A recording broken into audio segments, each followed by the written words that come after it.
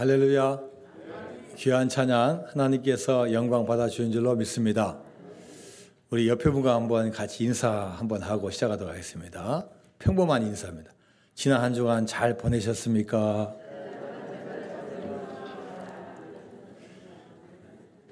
예, 지난 주간 잘 보냈기 때문에 이 자리에 와 있습니다. 그러나 또 하나님께서 우리를 긍휼히 여겨주시고 지켜주시지 않으면 또 우리가 이 자리에 있을 수도 없습니다. 늘 여러분 건강하고 또 안전하고 우리가 이렇게 예배 나올 수 있는 거 하나님께서 크신 축복으로 생각하시고 늘 감사하는 여러분 되시기를 바랍니다. 예수님께서는 이 세상에 오셔서 많은 일들을 하셨는데 복음서 여러 가지를 살펴보면 그 예수님의 사역을 세 가지로 요약을 하고 있습니다. 첫 번째는 가르치시고, 두 번째는 복음을 전하시고, 세 번째는 병든 자와 약한 자를 고쳐주셨다라는 말씀이 복음서 곳곳에 나옵니다. 우리 앞에 나와 있는 마태복음 4장 23절을 같이 한번 볼까요? 시작. 죄송합니다. 마태복음 4장 23절 말씀. 마태복음 4장 23절 말씀.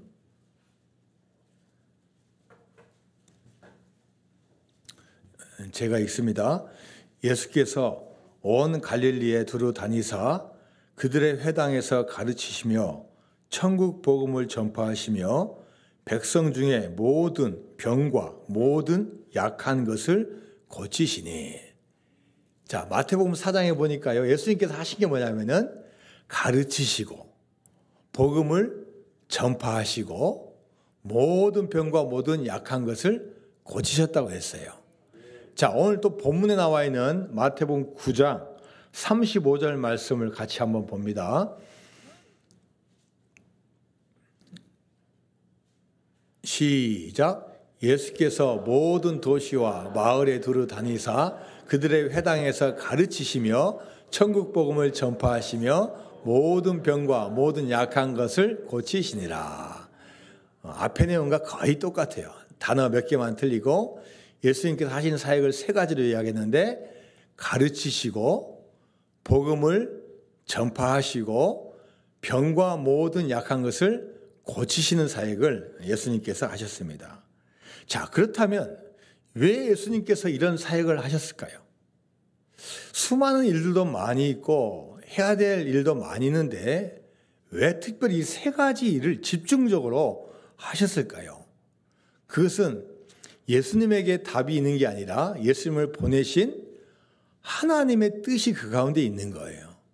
하나님께서 이 세상을 보실 때 우리 인간이 죄악 가운데 살고 있고 열심히 살긴 사는데 잘못된 길을 가고 있고 또 그만큼 노력했으면 참 행복하고 만족하며 살아야 되는데 그렇지 못한 인생들을 살펴보시면서 독생자 예수님을 이 땅에 보내시고 당신의 마음, 하나님의 마음을 예수님에게 주셔서 예수님께서 그 사역을 펼치시는 거예요. 예수님의 사역은 바로 하나님의 마음이고 우리 인간을 바라보시는 하나님의 긍휼하심과 불쌍하심이 여기에 포함되어 있는 겁니다. 자, 그 내용이 바로 뒤에 나와 있는 36절 말씀에 나와 있는데 시작. 무리를 보시고 불쌍히 여기시니 이는 그들이 목자 없는 양과 같이 고생하며 기진합니다. 예수님께서 이 무리를 보시니까요 불쌍한 마음이 드는 거예요. 그냥 객관적인 상황만 보이는 게 아니라 한 영혼 한 영혼을 보고 이스라엘 백성을 보니까 이 불쌍히 여기는 마음이 드는 거고 예수님께서 뭐라고 표현하셨습니까? 마치 그들이 목자 없는 양과 같이 고생하고 기진했다. 열심히 살긴 사는 것 같은데 고생하고 좀 고생하면 좀 그 다음에 좀 좋은 일도 생기고 낙이 와야 되는데 힘이 다 빠져 기진맥진하는 그런 상황 가운데 처해 있는 백성들을 보신 거예요. 예수님께서는 이스라엘 백성들을 마치 목자 없는 양과 같이 보셨습니다. 여러분, 양은 어떤 동물입니까? 우리 주변에는 양이 없어요. 개와 고양이는 많이 보이지만 양이 없어요. 그런데 팔레스타인 땅 가보면은 보이는 게 양이에요. 보이는 게 양이에요. 어딜 가나 양이 있어요. 양치기가 있고 목자가 있고 목자가 직업인 분도 있고 심부름으로 또 양을 치기도 하고. 옛날에 이 재산을 파악하는 걸 보면요, 당시는 화폐가 제대로 발달하지 않았기 때문에 가축으로 재산을 파악을 해요. 소 몇 마리, 양 몇 마리, 그 다음에 염소 몇 마리. 그리고 가장 많은 가축이 뭐냐? 양이에요. 양. 항상 양이 숫자가 많아요. 뭐 소가 뭐 500마리다 그러면 양은 뭐 10,000마리 이 정도. 양이 가장 많고 어떻게 보면 생활 필수품이고 또 가장 많이 먹는 요리고 양을 또 가장 좋아하는 그런 문화입니다. 그런데 여러분, 이 양은 어떤 동물입니까? 이스라엘 백성들이 자꾸 쳐다보고 있는 그 양은 어떤 동물입니까? 양은 제 몸을 보호할 수 있는 방어 장치가 하나도 없어요. 누구하고 싸워서 이길 수 있는 그 능력이 없어요. 아주 약한 동물이에요. 여러분, 양 잘 보세요. 뿔 있어요, 없어요? 없어요. 누구 들이받지 못합니다. 그리고 이빨 없어요. 이빨 없어요. 누구를 막 물어뜯어야 돼. 싸우려면 못해요. 그 다음에 또 뭔가를 막 움켜쥐거나 막 핥혀야 되는데 발톱도 없어. 그리고 그 흔한 네 발 달린 동물이 하는 이 뒤차기도 못해. 뒤차기도. 말 같은 경우 막 뒤차기, 다 뒤차기 하는 거 방어하는데 양은 이 뒤차기도 못해요. 그래서 조그마한 이 뭐 강아지 한 마리가 덤벼들어도 이 강아지를 못 쫓아내는 거예요. 그렇게 연약한 동물이 이 양입니다. 또 양은 겁이 많은 동물이에요. 조그마한 물이 있으면 물을 먹지만 시냇물이 졸졸졸 흐르는 소리에도 겁먹는 동물이에요.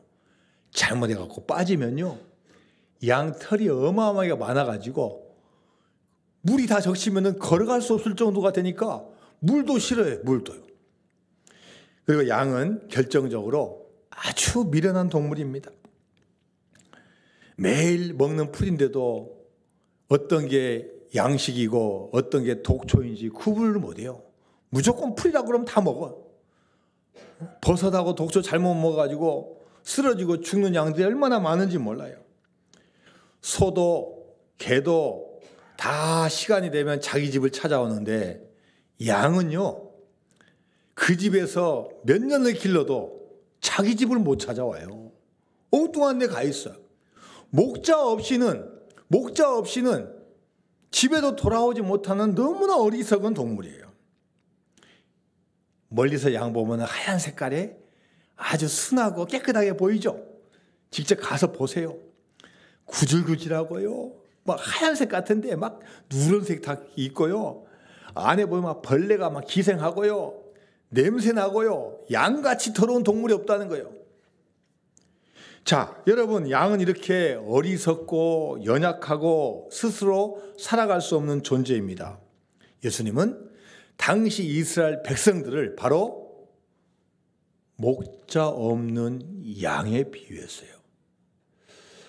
그 나라 백성이고 국민이면은 그 백성을 지켜줘야 될 거 아닙니까?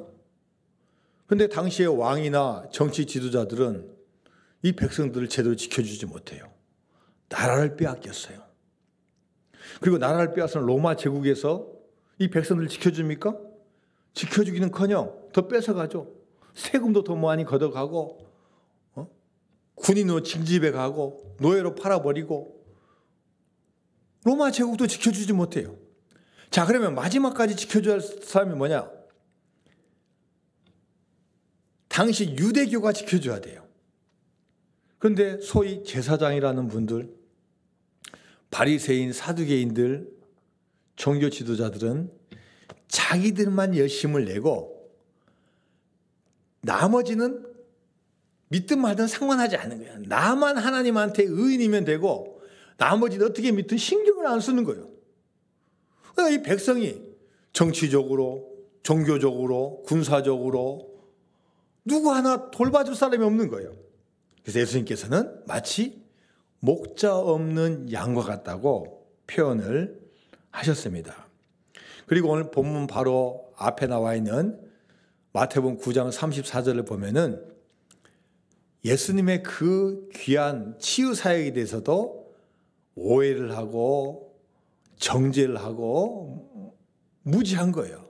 자, 그 말씀 같이 봅니다. 시작. 바리새인들은 이르되 그가 귀신의 왕을 의지하여 귀신을 쫓아낸다 하더라. 야, 예수님께서 기적을 베풀어 주시고 병든 자를 치유해 주셨으면은 야, 대단하다. 하나님의 아들인 모양이다. 이렇게 해야 되는데 귀신의 왕을 힘을 빌려서 했네 하면서 귀신들이 하는 걸 가지고 그리고 다 무마시켜 버린다는 거예요. 예수님은 이 백성들을 볼 때 마음이 너무나 아픕니다. 그래서 그 표현을 불쌍히 여기시니라고 했어요. 예수님께서 이 세상에 오셔서 3년 넘는 세월을 공생애를 통해서 가르치시고 복음을 전파하시고 병든 자를 치유하셨을 때 예수님이 갖고 계신 마음은 불쌍히 여기는 마음이에요. 아버지가 자식을 불쌍히 여기는 것처럼 그런 마음을 가지고 이스라엘 백성들을 바라보셨습니다. 이 불쌍히 여기다라는 원어를 찾아보니까요, 이렇게 표현되어 있어요. 스프랑크 조마이. 불쌍히 여기다. 스프랑크 조마이. 그 원래 뜻이 뭐냐? 창자가 흔들리고 내장이 흔들린다는 거예요. 그냥 사람을 봤을 때 그냥 이성적으로 안 됐네, 불쌍하네, 이 정도가 아니라 창자와 내장이 흔들릴 정도로 그렇게 마음 아파하고 가슴 아파하면서 이 이스라엘 백성을 바라보셨다는 거예요. 하나님 아버지께서는 그런 마음을 가지고 계십니다. 우리가 죄 가운데 살고 있는 우리를 불쌍히 여겨주셔서 스프랑크 초마이라는 마음을 가지고 계셔요. 어떻게 할까? 어떻게 이들에게 위로하고 구원을 주고 생명을 줄까?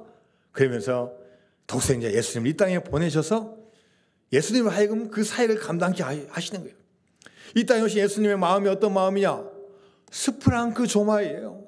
불쌍히 여기는 마음을 가지고 있는 거예요. 여러분, 예수님께서 2000년 전에 이스라엘 백성을 향해서 그런 마음을 가졌다고 하면 지금 예수님을 믿는 우리의 마음도 이런 마음을 우리가 본받아야 되고 이런 마음을 가져야 되고 또 이런 마음을 통해서 우리 가정에게 이웃에게 펼쳐야 될 줄로 믿습니다. 여러분 가정에 결혼하신 분들은 남편과 아내가 있습니다. 남편과 아내가 서로 좋아서 사랑해서 결혼했지만 여러분 그 사랑이 도대체 얼마까지 끝까지 유지되고 얼마만큼 발전됩니까? 때로는 실망하고 또 때로는 억울하기도 하고 마지못해 살기도 하고 그런 일들이 얼마나 많은지 몰라요. 최소한 몇십 년, 20년, 30년 살았으면 이제는 서로 다 아니까 딱 한 번 하면 마음이 통해가지고 타닥 끝내고 그러면 얼마나 좋아요. 30년이 지나도 싸우고 40년이 지나도 서로 아직도 몰라요. 아직도 몰라. 안 바뀌어요. 안 바뀌어. 자, 그래서 여러분 우리는 사랑하는 마음보다 더 사랑하는 마음이 필요한데 그게 무슨 마음이냐?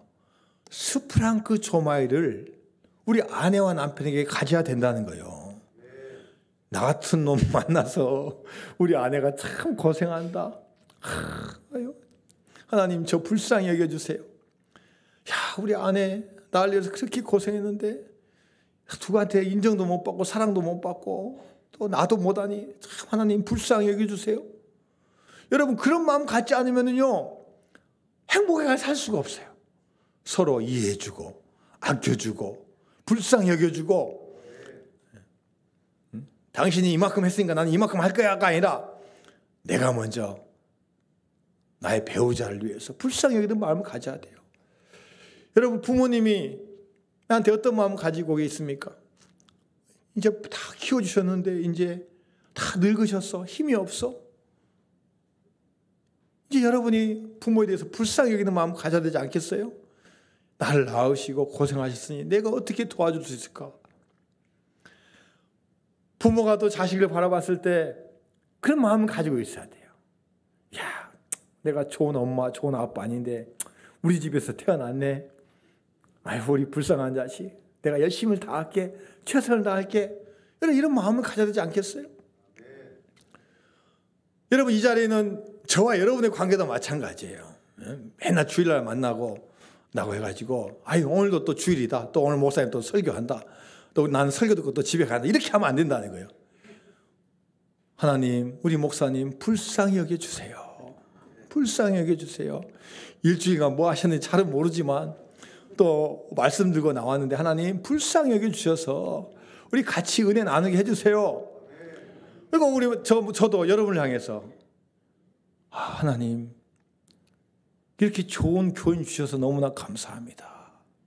세상에 귀하고 중요하고 좋은 일 많이 있는데 이 교회 나오게 해주시고 하나님 말씀 듣게 해주시고 일주일간 열심히 일해서 참 살기 힘든데 이게 나와서 같이 하나님 말씀 나누게 해주시면 너무나 감사합니다.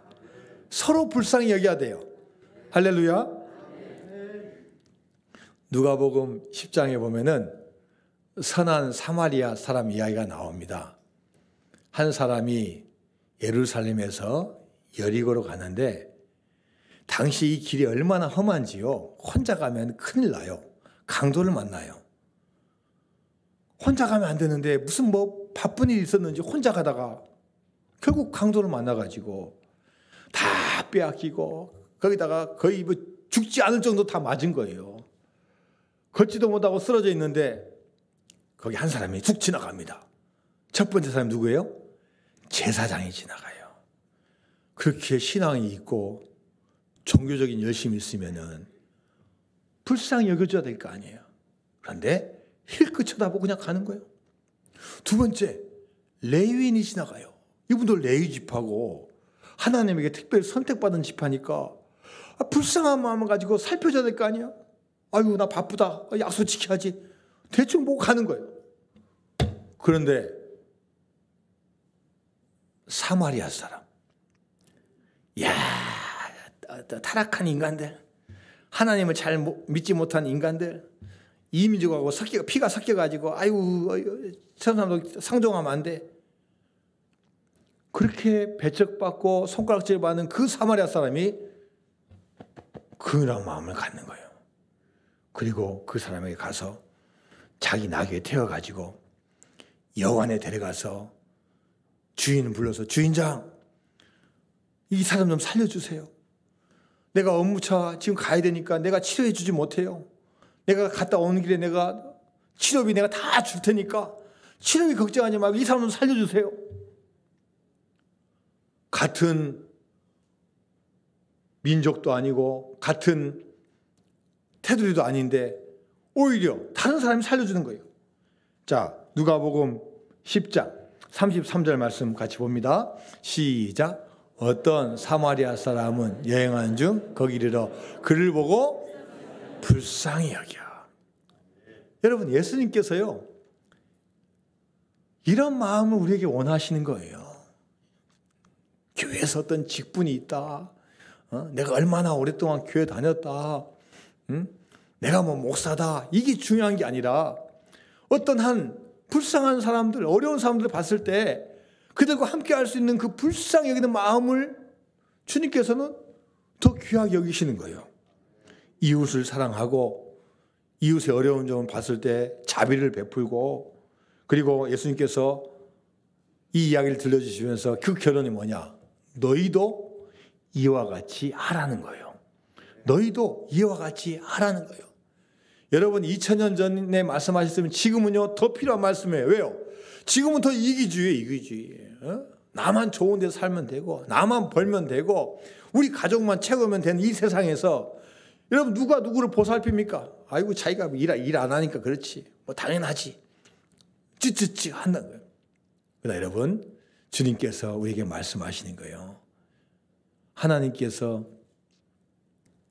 우리의 긍휼함을 여기셔서 예수님을 이 땅에 보내주시고 또 예수님은 또 우리가 불쌍하니까 그 마음을 가지고 우리에게 가르치시고 복음을 증거하고 병자를 치유하신 것처럼 저와 여러분도 그 예수님의 사명을 잘 받아서 우리도 가르쳐주고 복음을 증거하고 같이 병자를 치유하는 그런 긍휼히 여기는 마음을 가져야 될 줄로 믿습니다. 예수님이 이 세상에 오셔서 사역을 하신 것은 우리의 연약함과 어리석음을 보셨기 때문입니다. 우리는 양같이 우둔하고 어리석습니다. 만물의 영장이다. 좋은 대학 나왔다. 좋은 스펙을 쌓았다. 우리가 어느 방면에 나는 경험자다라고 자랑을 하지만 정말로 인생이 중요할 때 보면요. 너무나 우둔하고 너무나 어리석은 판단하는 경우가 너무나 많아요. 그래서 우리에게는 참으로 우리를 인도할 목자가 필요합니다. 바로 그분이 누구냐? 예수 그리스도. 그 한 분이 우리의 유일한 목자가 될 줄로 믿습니다. 제가 몇 달 전에 전남 진도에서 목회하시는 한 목사님을 만났는데요. 이분은 이제 내년에 은퇴하시는 나이가 드신 분입니다. 이분이 진도에서 목회하시기 전에 전라남도 광주에서 목회를 했는데, 여러분이 교회는 그 지역마다 교회 연합체가 있어요. 그래서 우리 교단에서는 노회라고 하는데, 이 노회는 또 그 교회 연합체들 잘 하기 위해서 여러 가지 부서가 있는데, 이분이 어떤 부서이냐? 인권위원회에 있어요. 인권위원회. 자기가 석이고 또 자기보다 나이가 드신 분이 이제 위원장이에요. 여러분, 인권위원회가 뭡니까? 인권을 찾는 거잖아요. 인권. 사회에서도 그래서 사회하고 막 연대를 해가지고 인권을 찾자 하다 보니까요. 인권이 잘 안 찾아지니까 사람이 이제 어떻게 됩니까? 이제 막 세상 말하면 투쟁해야 돼. 투쟁하고 뭐 쟁취해야 되고 싸워야 되고 막 성명서 발표해야 되고. 목사님도 자기도 모르게요. 어느새 보니까 막 이제 성격이 온유한 게 아니라 막 날카로워져 있는 거예요. 그리고 이제 그 지역에서 이제 목회를 다 마치고 전남 진도로 딱 이제 가려고 하는데, 그 지역에서 아주 큰 교회 목회하시고 여러분들 들어보셨던 돌아가신 한완성 목사님이라는 분이 이 목사님을 이렇게 부르는 거예요. 이 목사님도 이제 가려니까 인사를 하고 가야 되지 않겠습니까? 갔더니 이 목사님께서 이 붓글씨를 잘 쓰셔요. 붓글씨를 딱 써서 이 액자에 표구를 해가지고 딱 선물로 주는 거예요. 근데 거기에 뭐라고 써 있냐? 한문으로 4글자가 써 있는데, 목양 목회. 그러면서 주시면서 하신 말씀이, 박 목사, 그동안 박 목사를 보니까 인권 목회를 했어. 앞으로는 인권 목회를 하지 말고 목양 목회를 한번 해봐.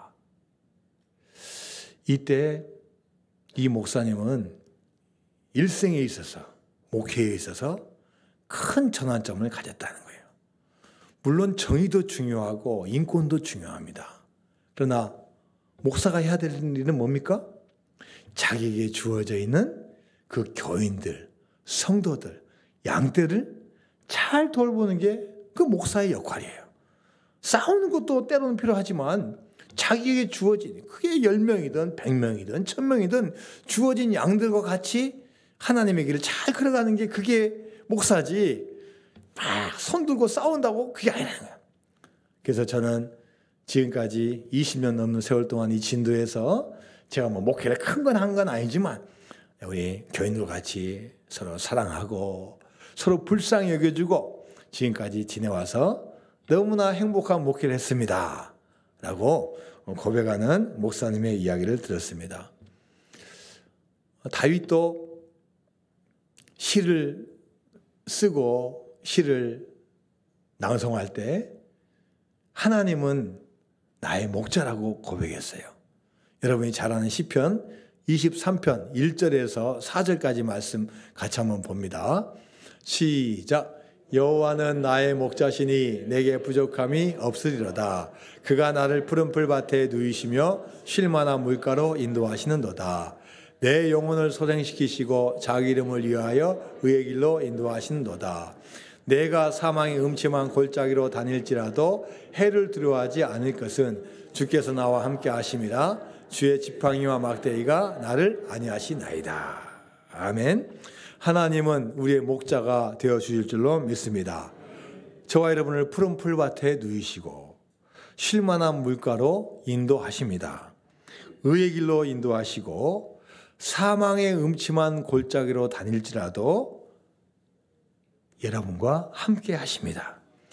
자, 그런데 여러분, 우리는 많은 경우에 내 마음대로 하고 싶어요.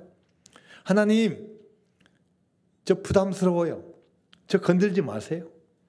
제가 한번 해볼게요. 혹시 제가 실패하다 돌아오면 그때 받아주세요.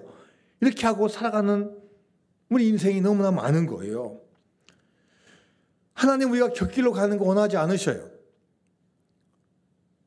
인내하고 참고 사랑으로 덮어주셔요. 그러나 그 길이 멸망의 길을 걸어가게 된다면 마침내 매를 들 수밖에 없는 거예요. 여러분, 부모님이 사랑한 자녀가 맨날 거짓말하고 맨날 도둑질하고 맨날 잘못된 거 한다면 여러분 가만 놔두시겠습니까? 방치하시겠습니까? 그렇지 않죠. 정말로 내 자녀를 사랑한다면 말로 타이르기도 하고 다른 방법으로 터치를 해주기도 하고 정 안 되면 매를 들고 야, 너 매 맞아야 돼. 너 고칠 수 없으니까 너 맞아야 돼. 너 5대 맞는다? 때려야 되는 거예요. 그래야지 그때 깨닫고 내가 잘못했다는 걸 알고 돌아오는 거예요. 잘못 길 가는 것도 방치하면은 그 아이를 멸망의 길로 놔두는 거예요. 이 이스라엘 백성들의 그런 마음을 아는 호세아 선지자가 호세아 6장 1절에서 하나님의 마음을 고백하고 있습니다. 시작. 오라, 우리가 여호와께로 돌아가자. 여호와께서 우리를 찢으셨으나 덜어낫게 하실 것이요 우리를 치셨으나 싸매어 주실 것이요. 여러분, 하나님은 때로 우리를요 때리시고 치셔요. 건강으로, 물질로, 인간관계로, 사업으로, 공부로, 결혼으로 수많은 방법으로 매를 드실 때가 있어요. 이건 뭐냐? 우리를 싫어서가 아니라 망하게 하기 위해서가 아니라 우리를 다시 돌아오게 하시는 거예요. 돌아오게 만들어서 우리를 다 싸매어 주시고 위로해 주시고 치유해 주시고 온전하게 낫게 해주시는 하나님이 될 줄로 믿습니다. 어서 돌아오 어서 돌아마노 채찍 맞아 아파도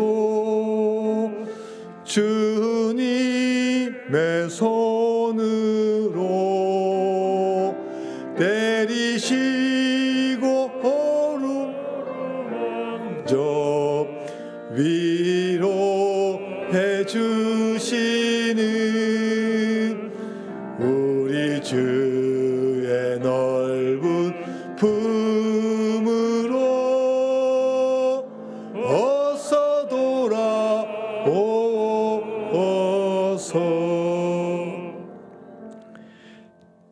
돌아오라는 겁니다. 채찍 맞아 아파도 주님의 손으로 때리시고 어루만져 위로해 주시는 우리 주의 넓은 품으로 어서 돌아오 어서.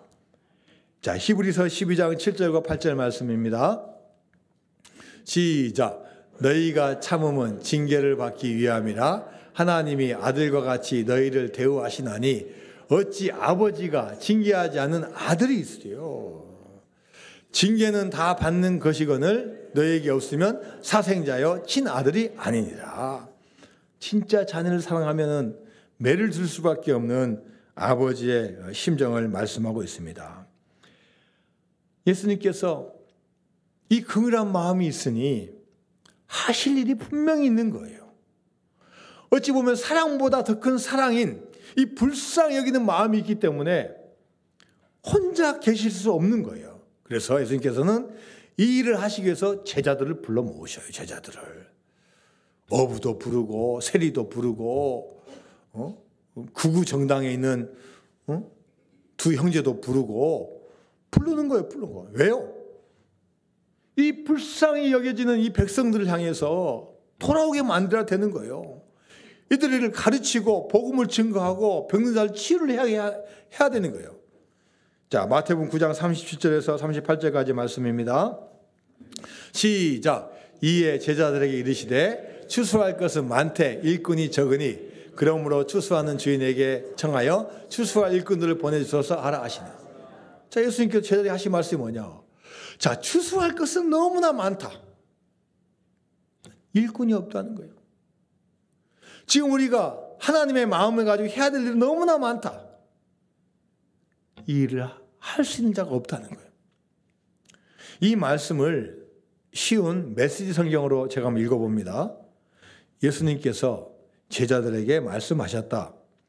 추수할 것이 이토록 많은데 일꾼은 얼마나 적은지 추수할 일꾼을 달라고 무릎을 꿇고 기도하여라. 이 예수님의 간절한 마음이에요. 이 죽어가는 백성들, 불쌍한 이 백성들, 목자 없는 양같이 기진하고 공고하고 다 죽어가는 이 백성들 살리기 위해서 너희들 무릎을 꿇고 기도하는 마음을 가져야 된다는 거예요. 여러분 2000년 전에도 그런 마음을 가진 분들이 많지 않은데 2000년 지난 지금 시대는 여러분 얼마나 그 숫자가 적습니까? 남이 어떻게 되든 말든, 남이야 교회 나오든 안 나오든, 남이야 뭐 지옥 가든 말든, 아니 나 혼자 믿기도 쉽지 않은데 하면서 그런 마음이 없어지는 거예요, 우리 가운데. 예수님께서는 우리 이런 마음을 아시고 같이 가자, 같이 전도하자, 같이 기도하자, 돌아오게 하자. 지금 이 순간에도 우리 죽어가는 많은 영혼들, 우리 가족들이 있는데 같이 한번 가보자라고 말씀하고 계신 줄로 믿습니다. 예수님께서는 추수한 일꾼을 보내달라고 기도하라고 하셨어요. 어떤 유명한 정치인, 어떠한 뭐 기업가, 어떠한 교육가, 어떠한 뭐 아주 능력 있는 사람을 요청한 게 아니라 지금 이 시대에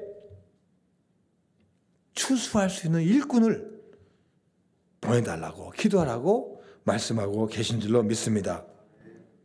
여러분, 우리가 서로 불쌍히 여겨야 됩니다. 교인과 교인 간에 서로 불쌍히 여기시고, 우리 직장과 사업장 주변에 살고 있는 분들 한 분 한 분을 한번 그 마음을 한번 들여다보십시오. 야, 얼마나 힘들까? 얼마나 외로울까? 얼마나 고단할까? 여러분이 한번 살펴보시고, 앞만 보고 달려가는 인생이 아니라 주변 살펴보시고 같이 가는 저와 여러분이 되어야 될 줄로 믿습니다. 1882년 우리 조선이 이제 세국 정책을 이제 없애고 외부의 문을 열기 시작했습니다. 그래서 드디어 1882년 미국과 한미수호 통상조약을 맺었어요. 그리고 우리나라에서 사절단을 미국으로 파견했어요.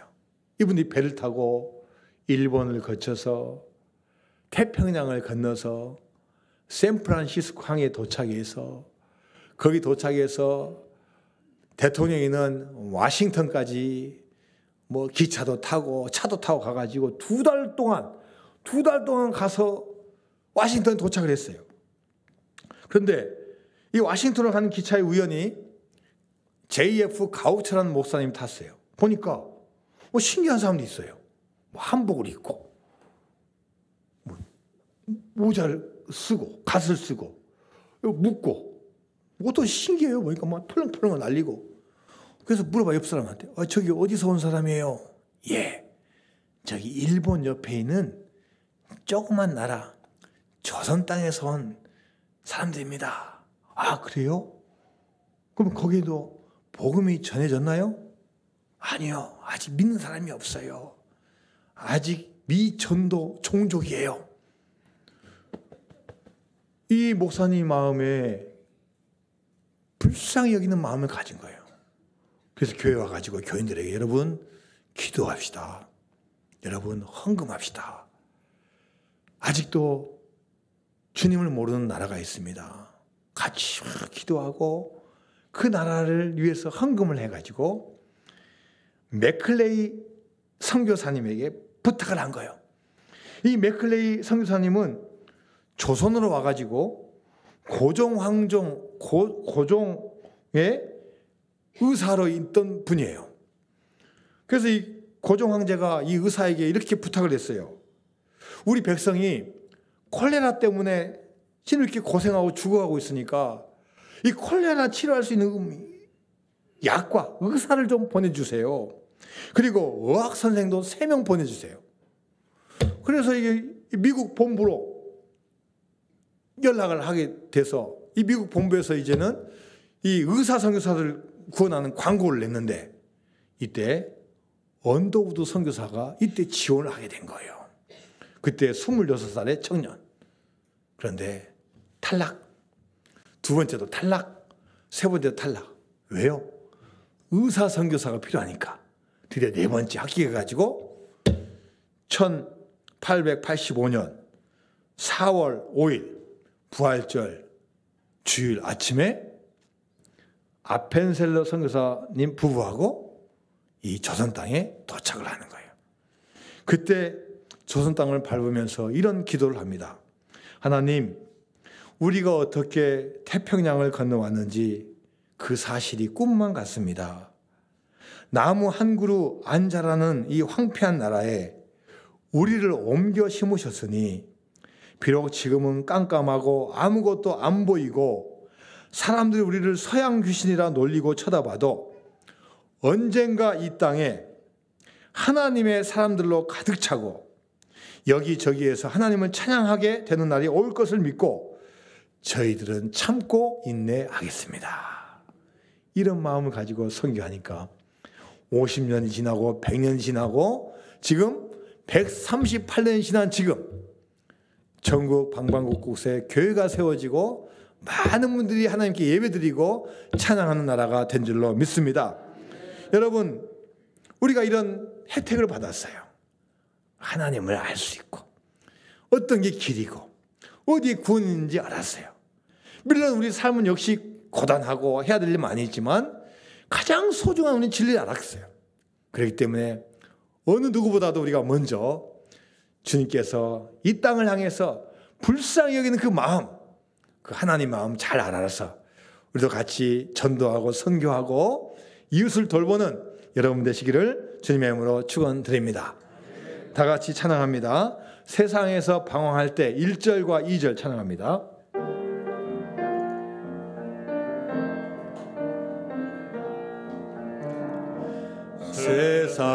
세상에서 방황할 때 나 주님을 몰랐네.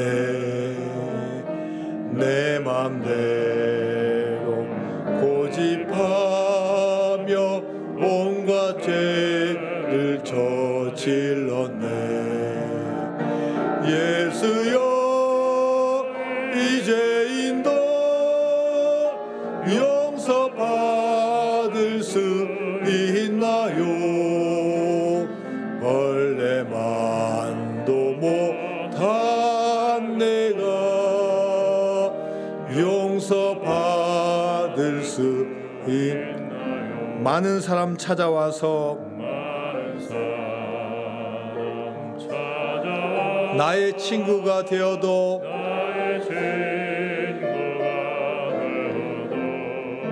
병든 몸과 상한 마음 위로받지 못했다오.